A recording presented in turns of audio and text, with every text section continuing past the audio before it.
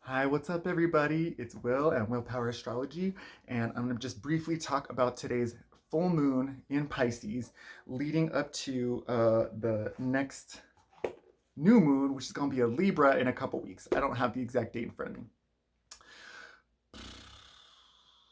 Okay, so the full moon in Pisces.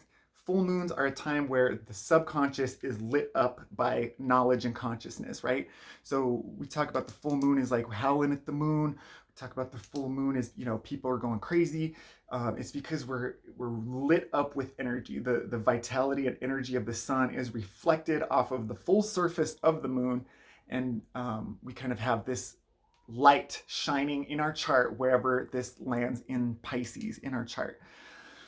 So, a full moon in Pisces is going to illuminate or give us an awareness of all the energies going on around us.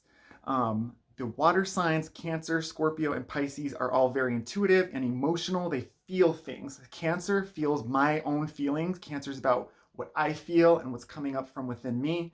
Scorpio is about shared feelings. It's I can feel your energy and you share my energy and we two become one, right? It's relational. And then Pisces energy is opened up to everybody. It's like the crown chakra where we download information from the universe, right?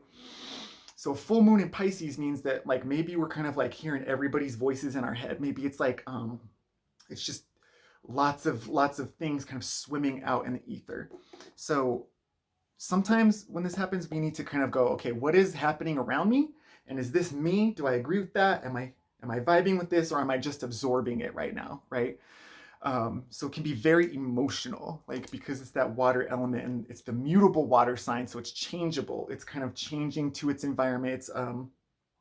It's kind of morphing and adapting to what's happening around it. Um, Pisces itself is the last sign of the zodiac, and its qualities, along with its ruler of Neptune, its qualities have to do with dissolution. We dissolve in the sign of Pisces. We wash away our identity and we become one again with the universe. Hi, with my kitty. Become one again with my kitty. Um, yeah, oh, you're a kitty. Um, so when Pisces happens, we kind of lose ourselves. And in relation to the 12th house, where Pisces kind of has that similar energy, the 12th house in our chart is where we become institutionalized, because we have to lose our identity to become a part of something bigger. So this is like academia. You lose yourself, and now I'm a student of blah, or I'm a teacher of blah. Um, Prisons, you lose your personal identity, and now you're a part of this larger prison system or complex. What else? Hospitals. When you're like, this is a big thing right now for me that I'm very acutely aware of is hospitals, ICU beds, critical care standards. Did I say that right? I don't know, but rationing care. Basically, when you go into a hospital, you lose personal power because now you're being taken care of, and you don't have really like that choice. So you become institutionalized in the sign of Pisces. So it could be that we suddenly have to take on what is going on around us. We have to take, or we melt away and we become a part of our environment, right? So then also Pisces is the last sign of the zodiac, and they call it basically they call it the trash can of the zodiac. All of the other signs, like all of their other qualities, they kind of dump, and then Pisces collects all of the stuff in the ocean like a bottom feeder. You know what I mean? So for a lot of Pisces people that have a lot of Pisces energy in their chart, it can be really difficult for them to self-individuate as a youth. Like it can take them a long time to kind of be like, okay, this is me and this is y'all. You know what I mean? So when the full moon is in Pisces, we can kind of get swept away into what's going on around us. So maybe it's like the online discourse is hyping up, and everybody's ready to jump through that screen, through that Neptune ruled camera, right? Neptune controlling how you're seeing me right now. And maybe that public discourse is coming through your screen and you're going, whoa, it's too much. I'm overwhelmed, right? On the higher end, it could be that we just become more compassionate.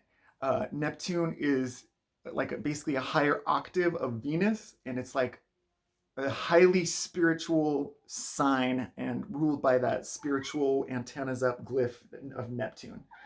So we can become very sensitive to those around us. And we can kind of just, it's like we kind of pick up things or just know things about what's happening to everybody around us. Because it's like, you don't feel right. Do you feel right? I'm feeling you. Do you feel me? It's that whole type of gig. So on the high side, we can become very expansive, high-minded. We can merge. We're all one. You know what I mean? It's one love. We're all one. That's all this kind of full moon Pisces action. But it could be that we get carried away and we get washed away and we lose ourselves. Because of Neptune and Pisces, it's spirituality, but it also can be delusion. And because Neptune can be alcoholism, it's alcohol, spirits, right? Spirits. We can get lost in substance abuse and addiction and codependence because we're like, I don't know who I am. Do you know who I am? So there's all that. It's a rich tapestry. Okay, so I believe it was on September 8th, we had the new moon in Virgo, which has to do with setting concrete plans, dates, times, specific itineraries, specific modes of production. We're going to do this. This is how we're going to do it. This is how we're going to blah, blah, blah. Like, it's a great time to set new health boundaries about your physical body when the new moon is in Virgo. So the progression of the new moon in Virgo to where we're nitpicking, like making all these little plans and making all this stuff happen, to the full moon in Pisces, really for me, this is about the best laid plans, or it can go out the window. When the full moon is in Pisces, you kind of have to learn to go with the flow, right?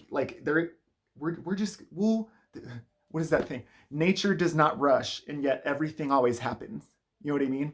So even though we have this specific set of plans, part of the full moon in Pisces journey is going, all right, well, I can adapt to this or I can adapt to that. I need a pivot because this thing changed and now I'm going to go with the flow. You know what I mean? We're going to redirect that energy. So instead of getting like Virgo, nitpicky, caught up in all the details, when stuff goes wrong or when it doesn't go according to plan, the full moon in Pisces really gives us the opportunity to learn about flow, right? Oh, look at this kitty. He wants to be famous. Yeah, you're a bummy. So anyways, full moon in Pisces. Over this next couple of weeks, we're wrapping up our new moon in Virgo stuff by being open-hearted, by kind of allowing the energy of what's going on around us to either lift us up or to whatever, or recognizing that the energy around us is not going to help us and we need to go, whoosh, I'm going to stay on my Virgo shit and my Virgo plans. So anyways, that's your full moon in Virgo. Shablamo. Bye.